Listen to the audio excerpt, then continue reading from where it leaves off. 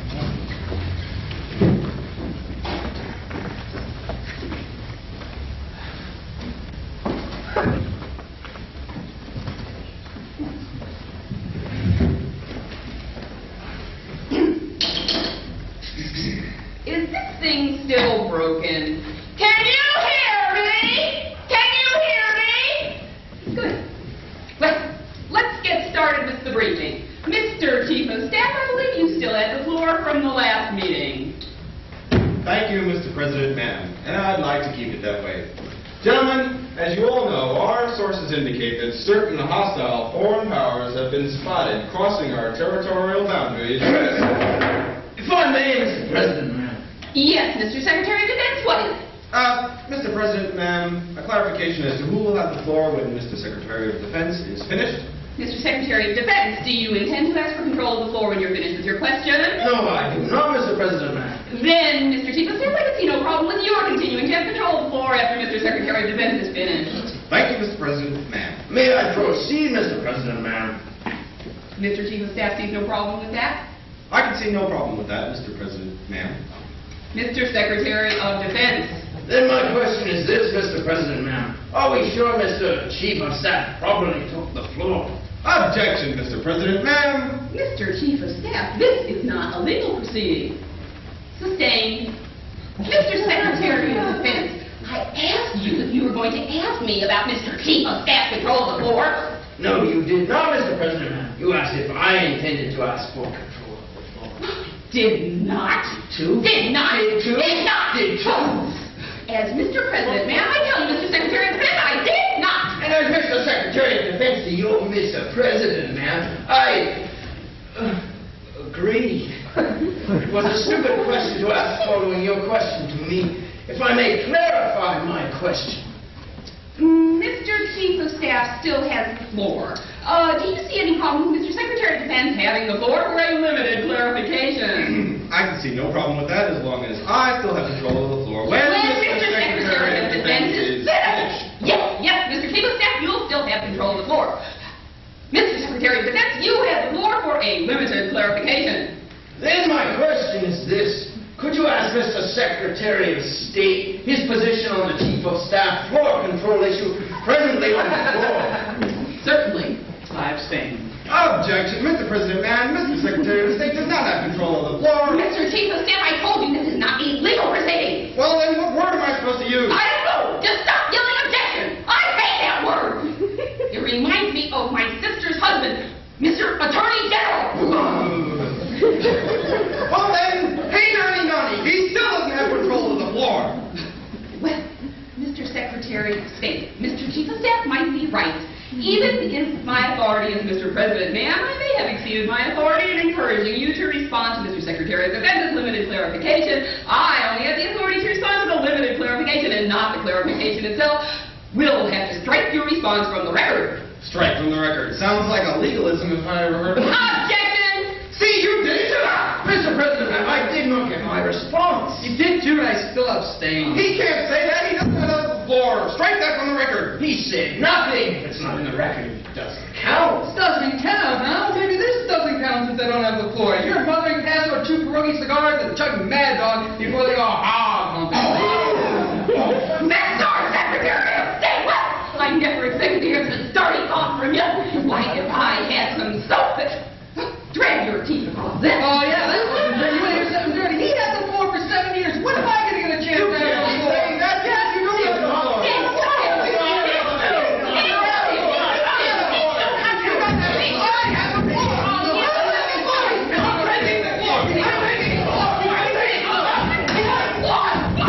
the floor. Well, now time's up. The Committee for the Revision of Robert's Rules of Order will adjourn until the time next week. Robert's Rules of Order? I thought this was the gardening club. Same same thing. Well, can I still have control of the floor next week?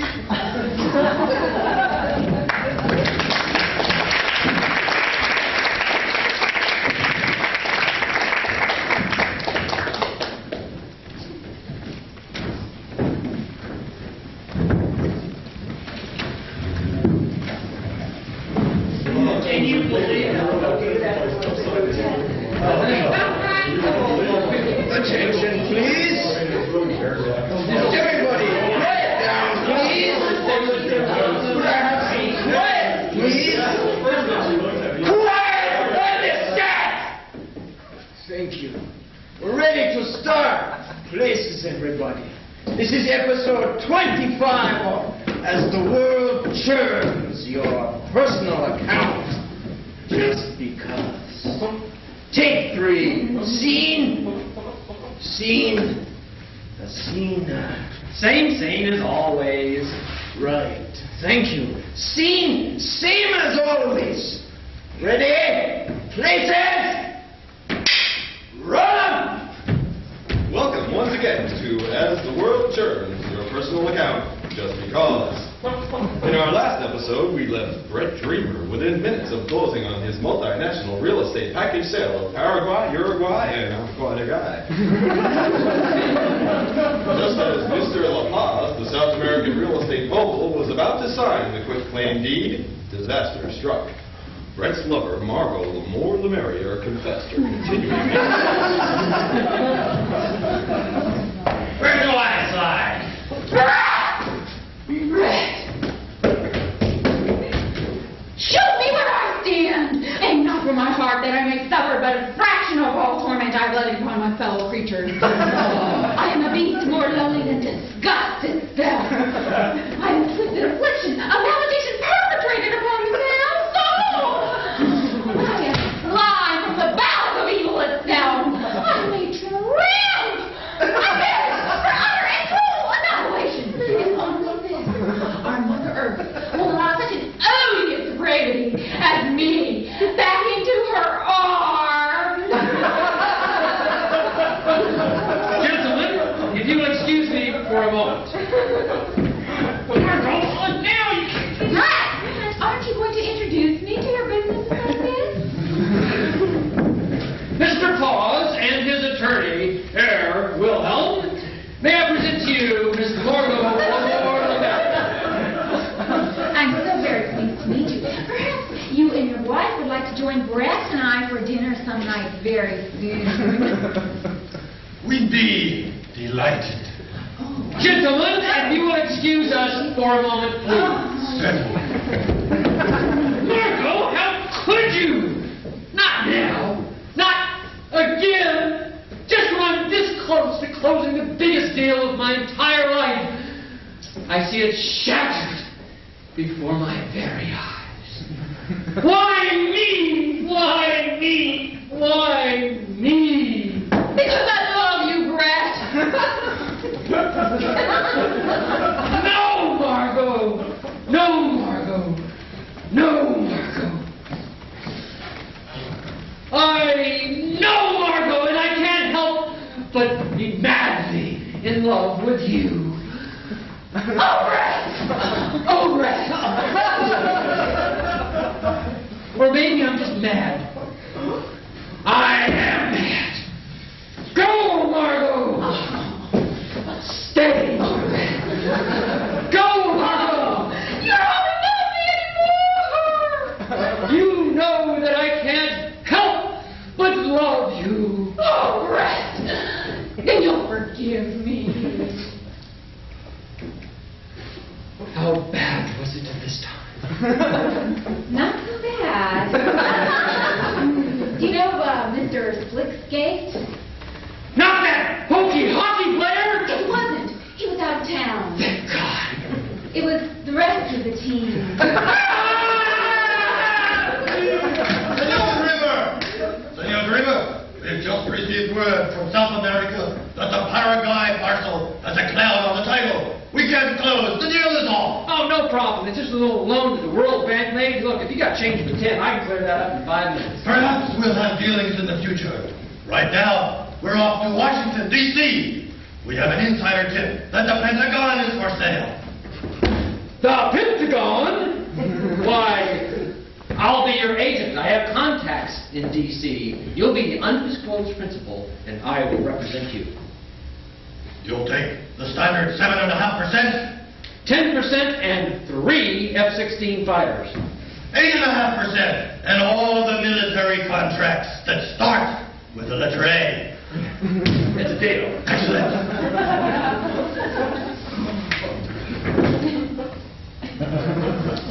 Comfortable. See, Brett, it all worked out for the best. You're right, Margot. Why, I can see it now. Mr. and Mrs.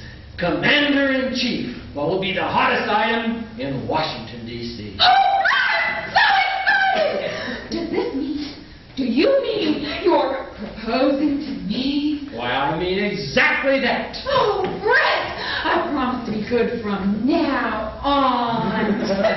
We'd better be going if we want to catch our plane to Washington, D.C.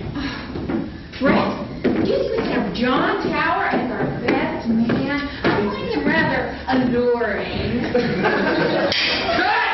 Everybody back on the set. Back on the set.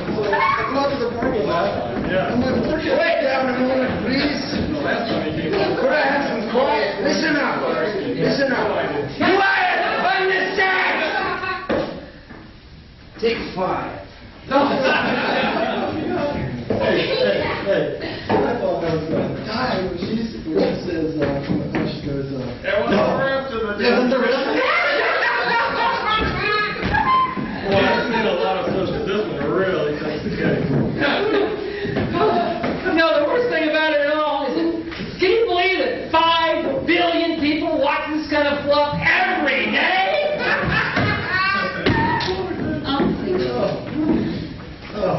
I guess I'll take a break now. You know what time it is? Yeah, I've got 10:25. What? Got 10:30. What? It can't be! I'm supposed to be in court at 9:30! She's gonna clean me out that bitch! She's gonna take my house! She's gonna take my car! She's gonna take the kids! Jesus, I can't believe it! Why did you let me know this can't happen? Shit! Poor guy, he's going through a tough divorce. Well, I'm gonna grab a Coke. Anybody want anything? Ah! Oh my God! Somebody fell and they broke their neck! It's disgusting! Oh, it's okay. This show is unbelievable. Nobody lives like this. Ridiculous. Ma'am! Yeah. Your lunch date just called. Said he can't make it. He said he'll call you later.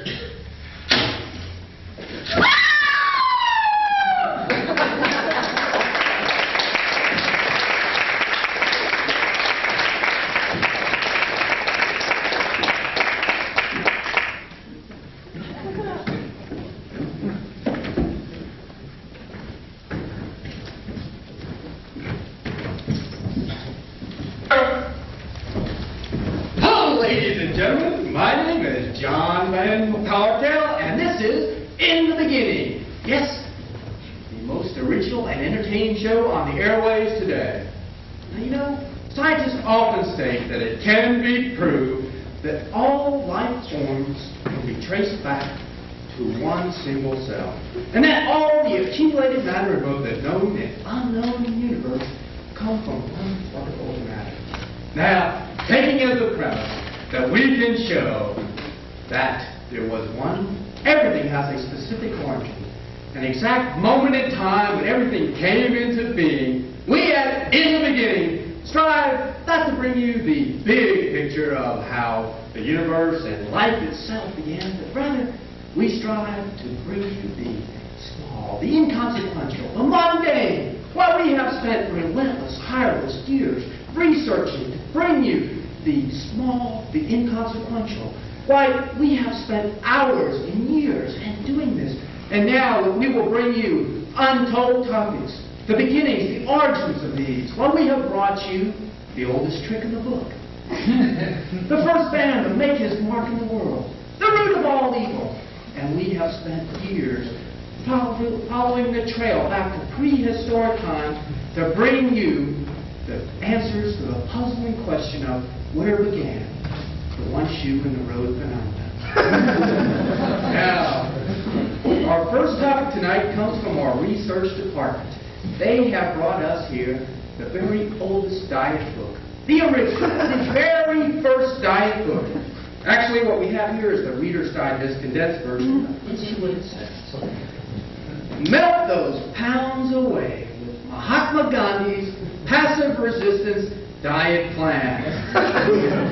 Begin with a cleansing 30-day hunger strike, followed by a 6-month program of bread and water. And it really works, too. Now, you know, our next topic is one of my favorite, travel. Whenever I go to some exotic land and I try to revel in the native splendor, I never leave home without a book that explains all the little inconsistencies of that country, especially where the local Holiday Inn is. But we have here the very first travel log. Attila the Hun's Europe on 300 search days. And you know, it even states in there that Attila not only has seen, but he was responsible for a large percentage of the ruins in modern day Europe. Now the next item on our agenda is thanks to Leon in the lab. Leon says that this has been a bone of contention to him for many a year, as he takes it as a personal quest to answer the riddle of the first person to actually stew in his own juices. According to Leon, the title of the first person to stew in his own juices belongs to a missionary by the name of the Right Reverend I.B. Johnson, who in the year 1573 went deep into the jungles of the Amazon River to save the natives. Unfortunately for the Reverend Johnson, the natives quickly cultivated a taste for Christian theology. That certainly is food for thought, isn't it? Well, how do we do a little viewer mail? Dear In the Beginning, my sister and I have an ongoing argument over which came first, thought or speech. Can you help us? Well, you know, when this letter first came to our studios, I immediately voiced my opinion in favor of the spoken word. However, our producer thought otherwise. But that does bring us to our main topic of discussion tonight, the original thought. Now, you know, it's been said that every piece of information contained within the Encyclopedia Britannica, each and every speck of knowledge that's been captured within that Library of Congress, all good and bad ideas, all poems, books, every political, religious, social, and sports-related theory can be traced back to one original thought. And you know, I think we're going to do something a little different here tonight, kind of break with tradition, and I'm going to bring out one of our lab assistants to kind of help us with this topic. So why don't we all give a big round of applause, a big, in the beginning, welcome to lab assistant 3rd grade, Wilson McIver.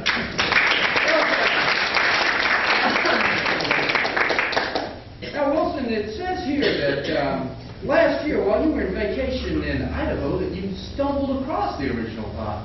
And that after our research department verified the authenticity of your claim to the initial primary thought, well, we thought it was only fair to bring you out here and let you tell it to our viewing audience live here on national television. So, Willie, can I call you Willie? Sure. What is the original thought? What am I doing here?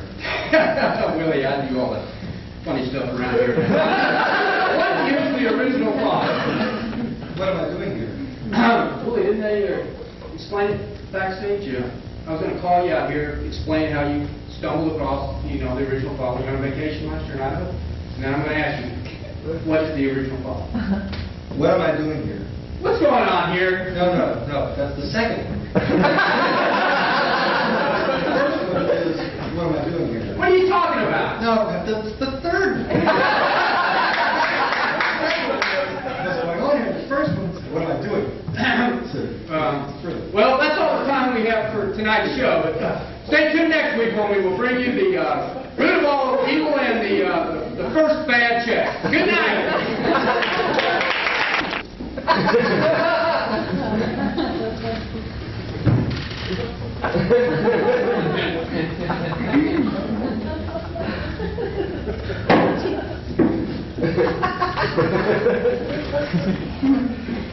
Dr. Sapp.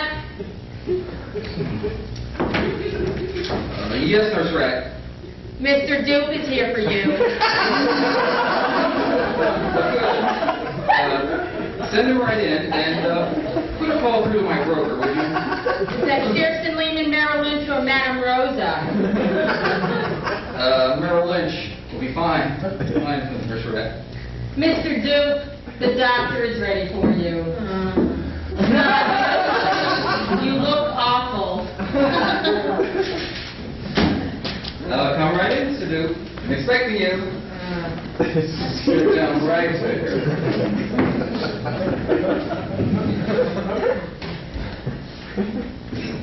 I assume you know that we did get back the results of your tests. Yeah. Nurse Rat called me at 11 o'clock last night. She said it was bad news. Real bad news. And then she hung up.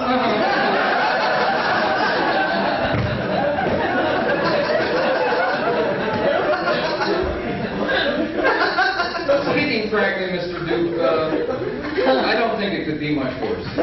Oh my God, Doctor, you mean I'm really sick? It's worse. It's worse. Nurse Rat? Yes, doctor. Would you bring in Mr. Duke's file, please? Doctor, do you think we should have quarantined the area? I don't think that'll be necessary, Nurse Rat. Thank you. That'll be all. Well, Mr. Duke, at least you don't leave any family. Well, Mr. Duke, look on the bright side. At least you don't have to lay awake every night wondering what your future's going to bring.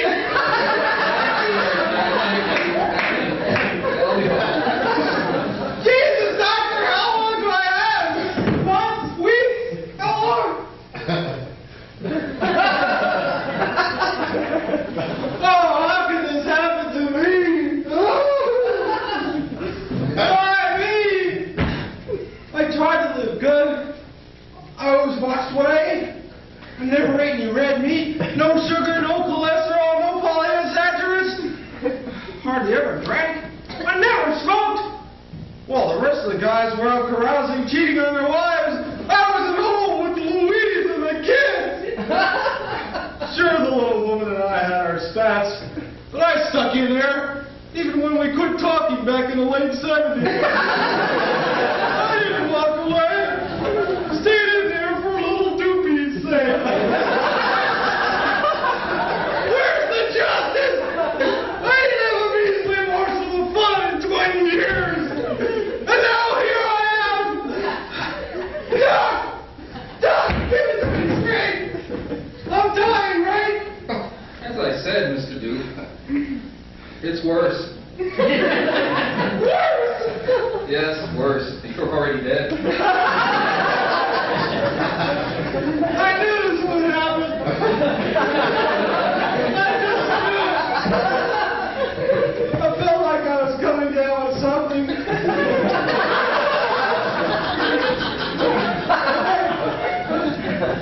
Used to be I'd have at least a couple hours in the day where I didn't feel terrible. But the last few years, I don't ever remember not feeling absolutely awful. How much time is left? No time at all. You're dead. No time at all? Like any minute now? No minutes at all. It's all over. You're dead. Dead? Dead? Dead? Dead? Dead? Dead? Dead? Dead. Dead. So, Doc, what did I die of? How long have I been dead? 20 years. 20 years? Yes, in fact, you owe life 2 decades. Great, just great. This is terrific. I'm probably the only guy in the universe that's dead and still has to make monthly payments. What did I die of? Was it leukemia? Boredom. Was it hypoglycemia?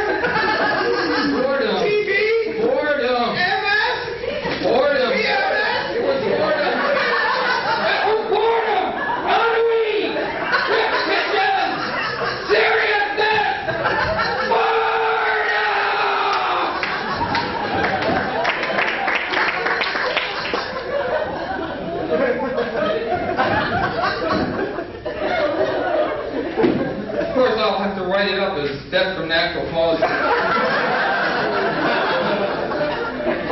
But that's water under the bridge now. Water under the bridge? That's easy for you to say. What am I going to tell my wife and kids? What am I going to tell little Doopy?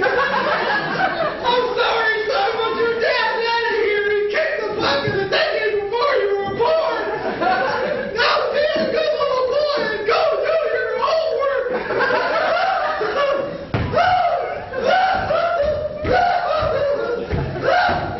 Doc! Is there any chance at all of a remission? Far too advanced. No chance.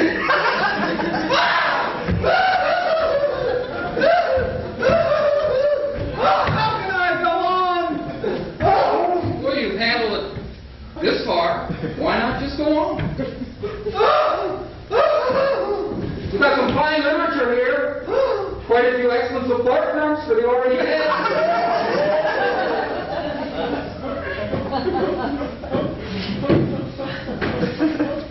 Nurse Rat. Yes, doctor. You might as well hold that call to my broker. I'm not much in the mood for playing the market right now. And cancel that golf day, too. Doctor, do you think you might be coming down with something? Oh, maybe I am. Say, Nurse Rat, would you like to catch a movie tonight?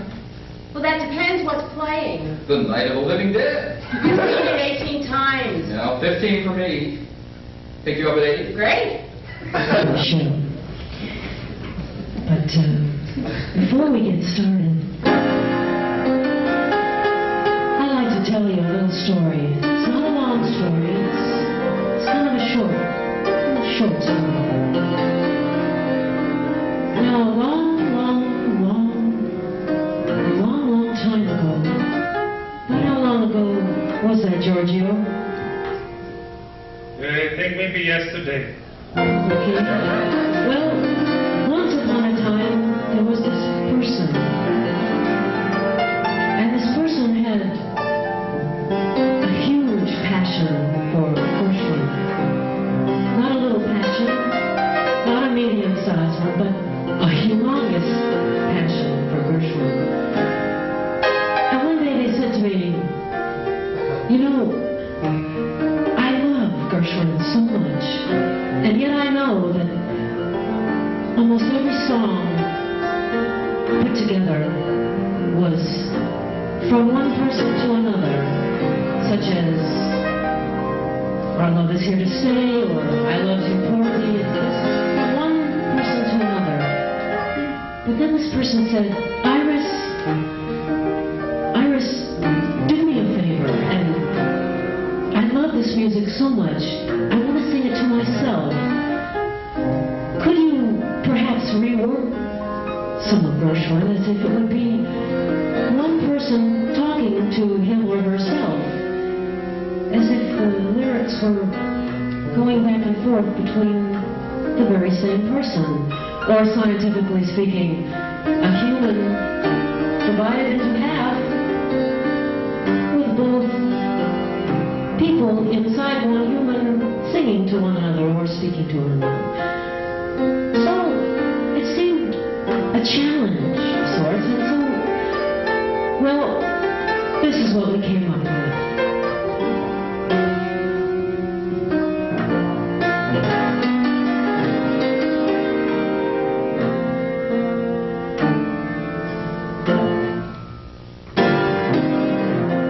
The way you wear your hat,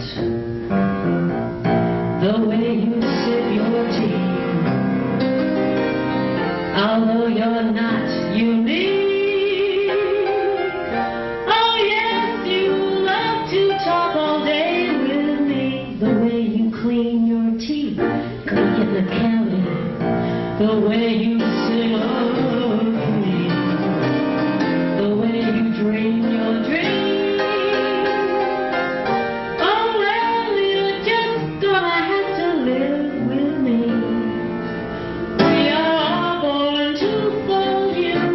No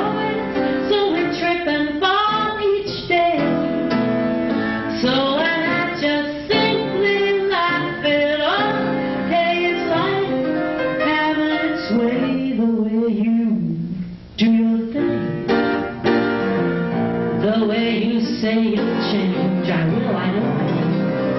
The way you step on my toes. Oh, well, you're just gonna have to live with me, 'cause we're stuck together, you and me.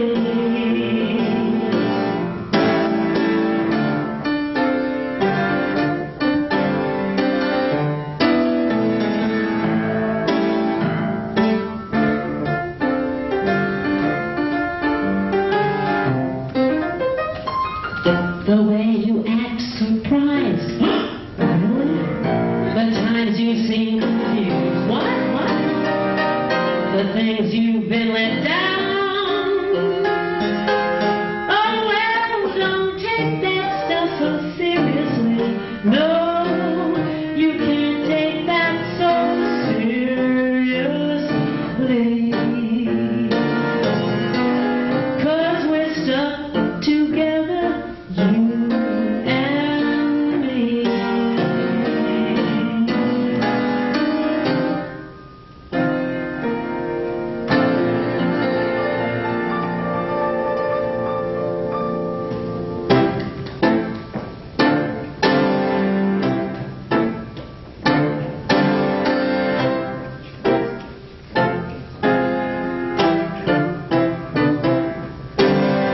You say you did it, I say you won't. You'd rather say it, I'd rather not. How can we get started? Life's got us outsmarted. Oh, let's make the whole thing up. You'd rather plan it, but I like to jump. You want the high class, I like the jump. We're faded, we're made it, so let's be persuaded to just make the whole thing up. Oh man, everything seems so ironic up here. But oh, if we cut the button, we'll be going supersonic. So if you wanna do it, I'll go along. Free of the moment, we can't go wrong. No, we are, can we? We got no, we just make it up ourselves. So let's make the whole thing up. Now you say it's simple, I say it ain't. You like to waste time while I road comes. How can we get started? Life's got us outsmarted, so let's make the whole thing up. You say it's darkness, I say it's light. You think it's leftish, well, I think it's right. Oh, maybe it's neither, or should I say neither? Oh, let's make the whole thing up. Oh man, everything seems so ironic up here. But oh, if we cut the fussing, we'll be going supersonic. So if you want the high class, I'll pay the tab, and if you like the junk, hey, I think it's grand. Tomatoes, tomatoes, potatoes, potatoes. Hey, life made the whole thing up. So why not make it up ourselves? We'll improvise instead. Oh, 'cause life made the whole thing. Life made the whole thing. Let's make the whole thing up. I know I did.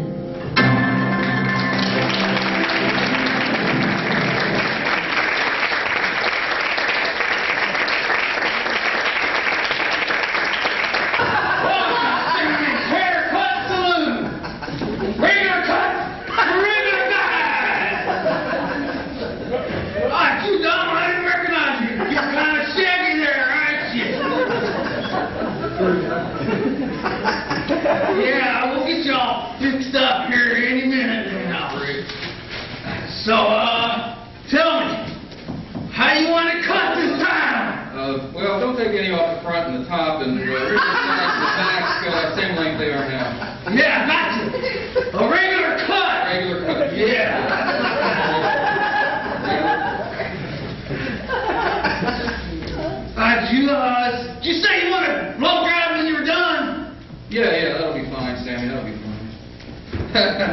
Hey, look what it says here. Some guy wrote a book without using a single word. Mustn't be much of a book. Yeah, well, he's trying to get it into the Guinness Book of World Records. It's the longest book ever written. 130,000 pages, and it took him 50 years to write it. Yeah, there's all that kind of kooks out there in the world. Say, you want me to break one of these chairs over the back of your head? No, not this time, Sam. My kid's playing a championship Little League game. I gotta be there tonight. Well, shoot, if I know that, I was there. I've been meaning to tell you, your son, Donnie, that's the one fine boy. He's polite and well-mannered. Got a good head on his shoulders. You seen him lately? Yeah, he was in here the other day, yeah. Got a regular cut, he didn't go for those kooky haircuts. Say, I'm out of hair conditioner. How about some rancid mayonnaise on your head? Just a little, Sam.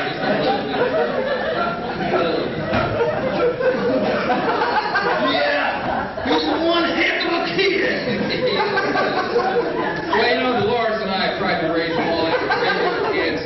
But it's hard these days to hold your ground against all the kooks and the screwballs. Boy, it's harder and harder every passing year. You can say that again. I ain't never seen so many kooks as I've seen this year. For kook spotting, this has been a great year. Say, listen, just an idea, but how about we get some transmission parts out of the shed and, nail them on the side of your head? Get a little form and fill it out a little bit. Like a muffler, something like that. Yeah, we can stick a muffler back here. That's a little good. I'm a little short of time today, Sammy. Let's leave it for next time.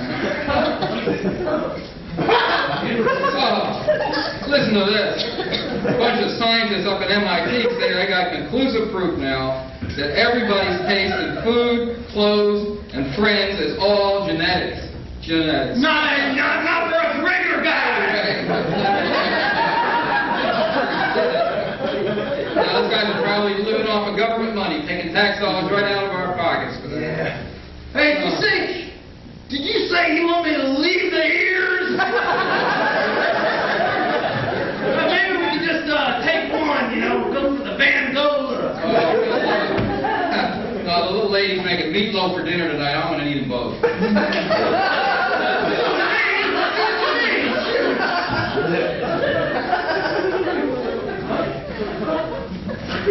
Well, I'll tell you, for my money, you could take 99% of the world and just get rid of them all, because I would just sleep better. You say that again. I would just sleep better. Well, I guess that about finishes you up there. Okay. That'll do you. Oh, wait, I almost forgot. You say you wanted some spit in your ear? Boy, you got a special going? Yeah, it's kind of a promotional thing. Every regular cut and shave, you get a free wad of spit right in your ear. But in your case, you won't forget about the shave. It's on the house. Oh, Sammy, just a little in the left ear. I am taking the subway home. The subway? Good thing I have.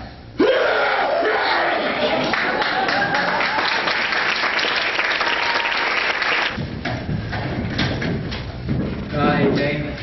Hey, Very big night, huh? Yeah. Where's Dave?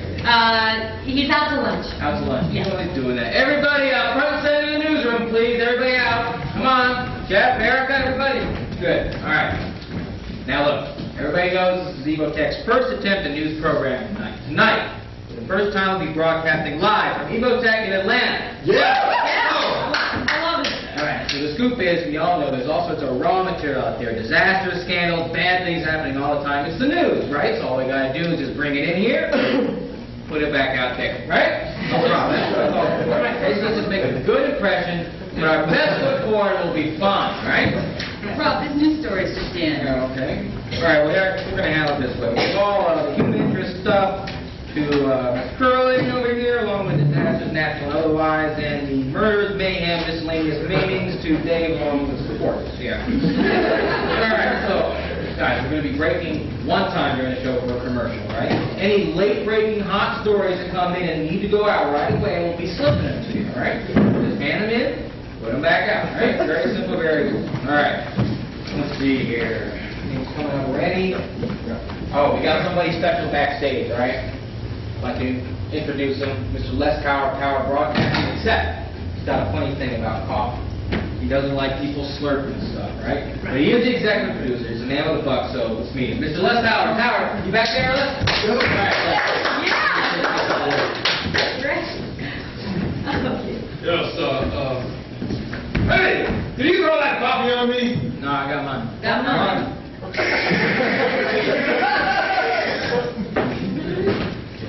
Well, I'd just like to tell everyone involved in this new sitcom that we're doing here tonight that the first thing you want to do in a sitcom is to... It's a news show.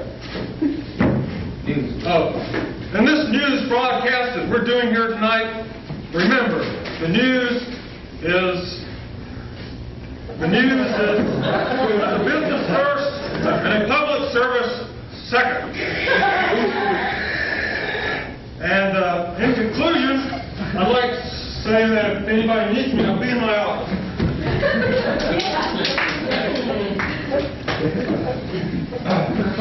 Mr. Salem, I got something here. An East German satellite that's fallen out of orbit and landed on a town in Albania, and 200 people are believed dead. Verify. No? Just bluffing with the game crap. Ready? Cameras, techies, come along. Right, anchor ready. Newsflash. Yeah.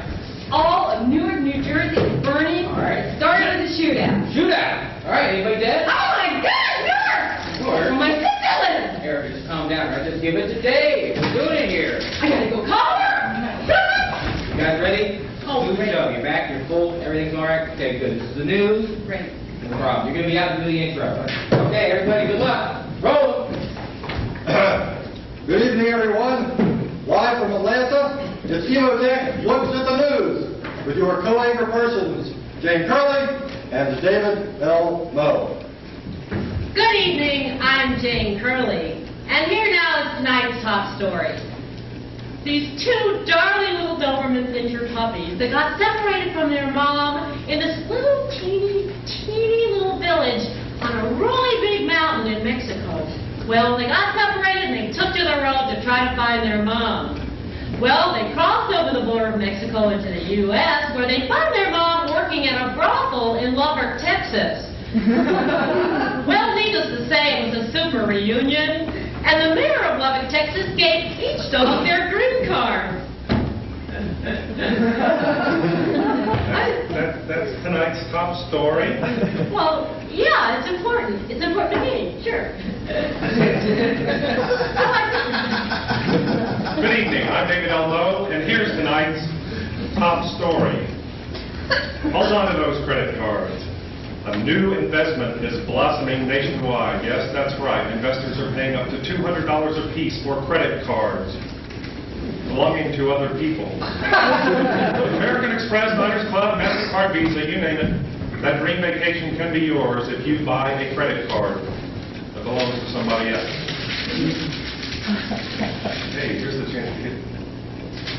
Oh, it's just some depressing news. I'll just get a little pressure.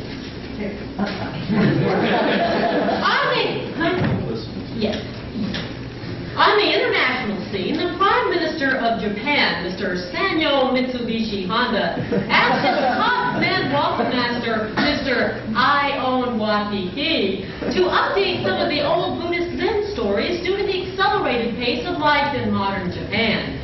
One such story mentioned by the Prime Minister was, oh snail, climb Mount Fuji, but slowly, slowly. He asked his aide to find a substitution for the snail since it took too long for the little guy to reach the summit. Although a final decision has not been reached, this now when rumors state that the country is working out negotiations with Eastman Laird's Mutant Teenage Ninja Turtles for a possible substitution for the outdated snail. Hey, that's great, baby. Let's say we get a little sushi after the show, eh? Great.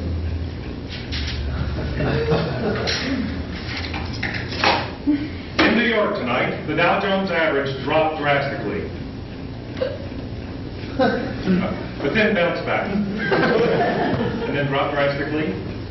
And then bounced back. And is now holding steady at 6 above par. Did you just put a golf score in there? Cut for commercial. All right. Let me just. You all right? Yeah. Having a good time? Anything good? Sure. Oh, good. Well, one question. Just one question. Why aren't you reporting the news? We've been handing you stuff. Hot breaking stories, and you're not doing it. Just irrelevant fluff. That's all you're doing is just reporting this stuff out here. What is this stuff, huh? Dow and golf? No, Teenage Mutant Ninja Turtles? No way.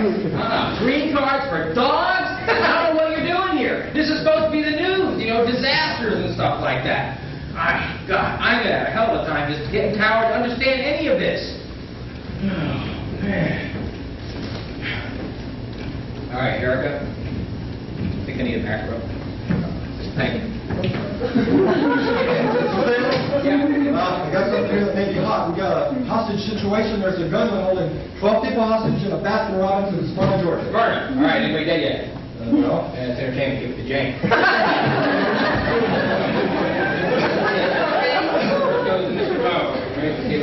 Guys, look, Howard's up there. He's probably fuming. I'll be lucky if I go out there. When I come down, we have jobs and it'll be a miracle, all right? So just do your job. Just act professional and we'll do it, all right? Give him 10 seconds, Erica.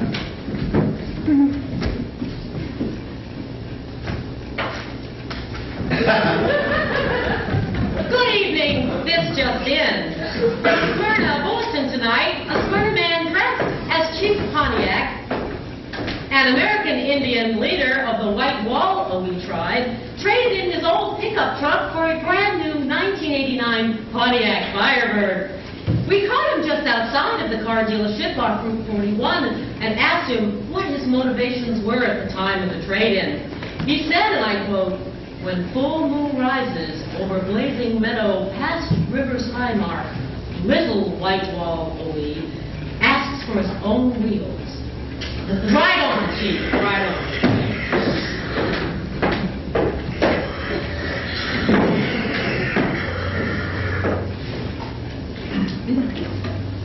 And speaking of wheels, in Los Angeles today, a gang of motorcycles. A motorcycle gang, armed and dangerous, came to the rescue of Rosa Hernandez. Rosa had apparently abandoned her $1 million Beverly Hills estate to take to the streets of West Los Angeles, where she gives shelter to abandoned gerbils. 3 of the gerbils apparently became wedged in the city sewer pipe when the motorcycle gang happened nearby and heard the gerbils cry for help. Climbing down into the sewer, one member of the gang reportedly said, "I know what it's like. I once had a gerbil myself. Or was that maybe once I was a gerbil?" Rosa gave him a big kiss anyway. On the local scene, 200 housewives from Dunwoody staged a protest today to boycott the local Big Star. It seems the manager of the food chain had raised the price of pledge sky high. A policewoman on the scene said women were throwing bags of dust at anyone who entered the store. To smooth out the unrest, the manager gave each of the women 23 rolls of Big Star paper towels apiece, and the women went home. A spokesman for the food chain later said, "The price increase came from up above, and my hands were tied."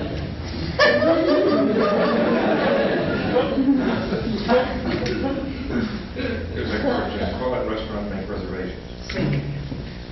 And now for some sports.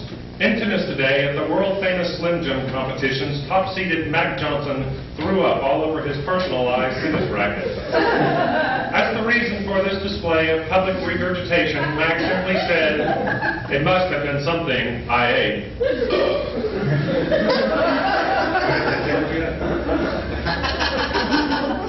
In baseball, spring season opens last week.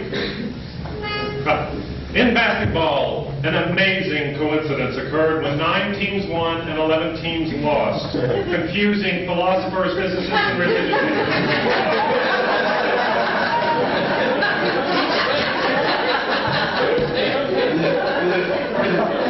In hockey,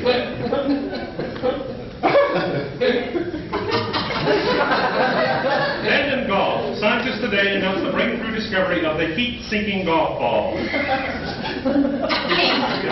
we're on for 7 o'clock. Oh, great. And now for the weather. We expect some. Don't you love it? It's so minimal. And that's the news.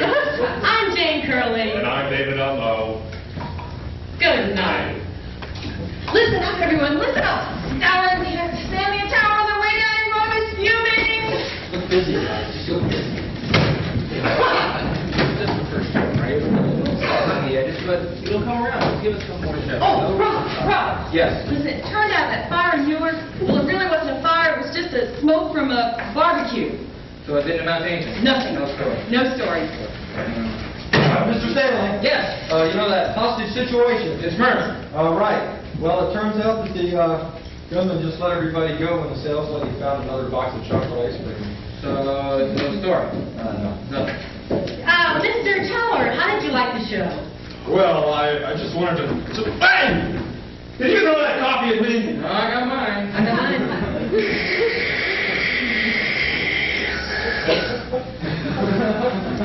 Well, I'd just like to tell everyone that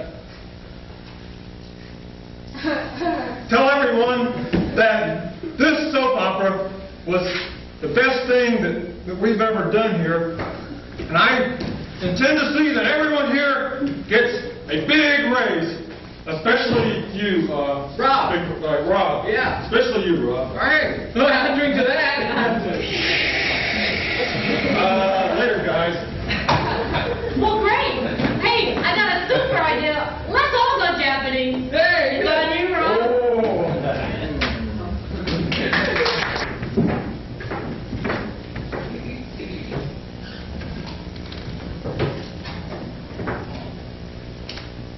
As society evolves, so does its ills. We at the Institute for Social Homogeneity are keenly aware of the tides of change that threaten our cultural shores. The newest neuroses that lapse at our heels is the so-called TANAT syndrome, whose victims are plagued by the sensation that things are not as they seem. The symptoms of TANAT syndrome include driving down the freeway and suddenly realizing that it's impossible for 2,000 cars to drive at high speeds in 4 lanes without bumping into each other. Also reported is the compulsion to get to every destination before you are supposed to in order to catch everyone before they are forced to act normal in front of you. These victims rush home every day just to make sure their loved ones are not hired actors. They lack the reassuring confidence in the ordinary state of affairs, the knowledge that things are as they are without looking twice. They have lost their blind faith in the mundane. We at the Institute simply wish to point out that TANAT syndrome is a passing fad, that ordinary life can and will go on. We find no scientific basis for the perceptual distortions such as TANAT syndrome, as the following clip conclusively shows. Honey, I'm home! Children, it's your father. Needs help from work. But he's 5 minutes early. Oh, no, these potatoes are so hard. Hey, do you remember? Remember what, big guy? Oh, Dad, you forgot, didn't you? Oh, the airplane. I'm sorry, Johnny boy, but unless that airplane jumped in my back pocket, I guess I forgot it. Oh, you remember! Look, oh, you were a Hunter Destroyer! Ah, boy, one strike from this radio, right? Why, about those radio words? Mind your tongue, Dad. I thought we agreed you're not going to keep encouraging him with all these toy guns and such. Oh, Betty, boys will be boys. But, Dad, we agreed. Oh, no, my potatoes. What did you mean, Daddy? Who said that? I did, Daddy. It's me. Wait a minute. I recognize that voice. Oh, Daddy, quit Oh, kidding. for heaven's sake, how did you get stuck in there? Oh, Daddy, what's in it? Oh, precious. What do you think of this? It's a prenuptial agreement for my kid and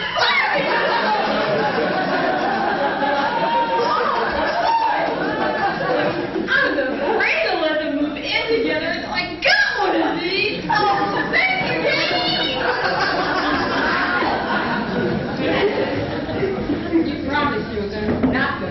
gifts every time you come home. Honey, you're spoiling me. Now, hush, come on, dinner's ready. That sure smells good. It's your favorite. Meatloaf? With mashed potatoes. Lovely. Just the way you love them. Oh, honey, I've got some good news. Mr. Caldwell's giving you the full 5 days vacation this year?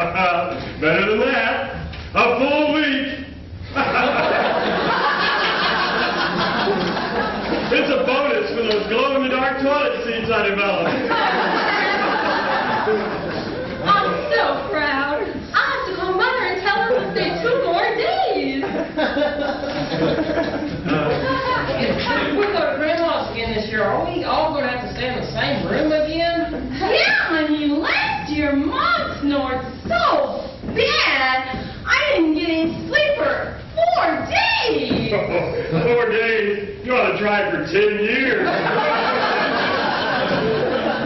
Why can't we go somewhere fun? You know, Tommy Slater's parents take him to the beach every year. The beach? Yeah, I want to go to the beach, not Grandma. Now, children, you know we have to put some aside for your college education. But Dad, I'm only 6. She's just 4. I know, but you know... Grandmother's on the phone. She wants to speak to you. Grandma! Ah, my family. It doesn't get any better than this. Well, it's all set, dear. Mother's expecting us for 2 more days. Great.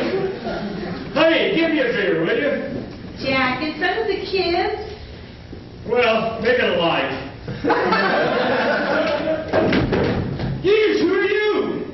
Where's Honey? Oh, you're such Why'd a you get in kid, here? Jack. What have you done to my wife? Honey! Honey! Oh, kids. Johnny boy, Mary!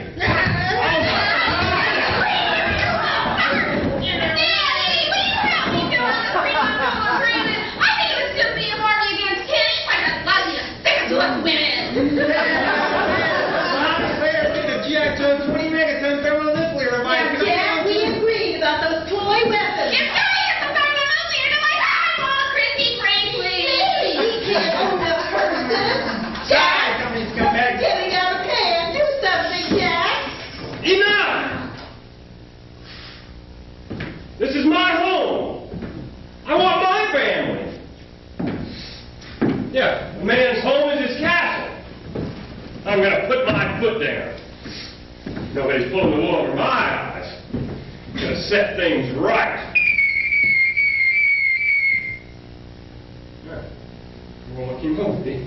Johnny boy, now you know those weapons are instruments of destruction. They can hurt somebody. Okay? Precious. Now, you got to have some respect for people. You know, you can't own Christy Brinkley. Shit.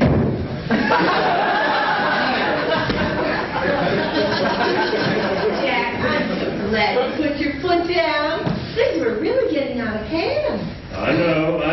A good family's got to have a strong man at the helm. And you're the strongest. Are you doing your hair differently? No, why do you ask? Oh, nothing. How's the station wagon running? Oh, just fine, just like the other one. The other wagon? Yeah. Well, let's see.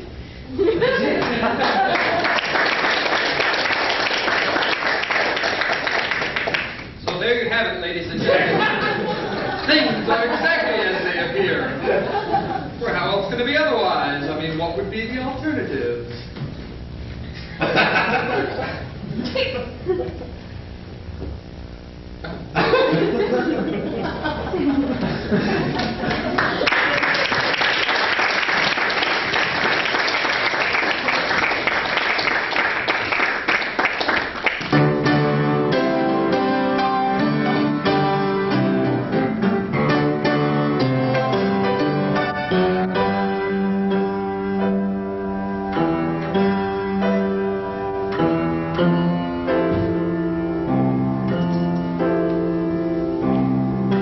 I was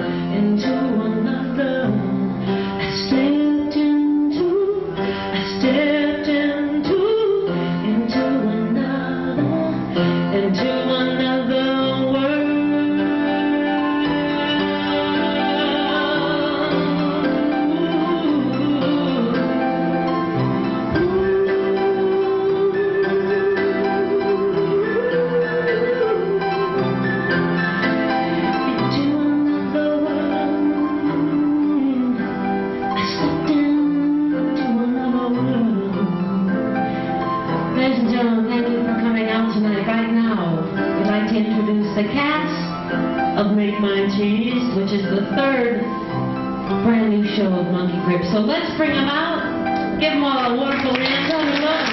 Yeah. Woo. I'm stepping to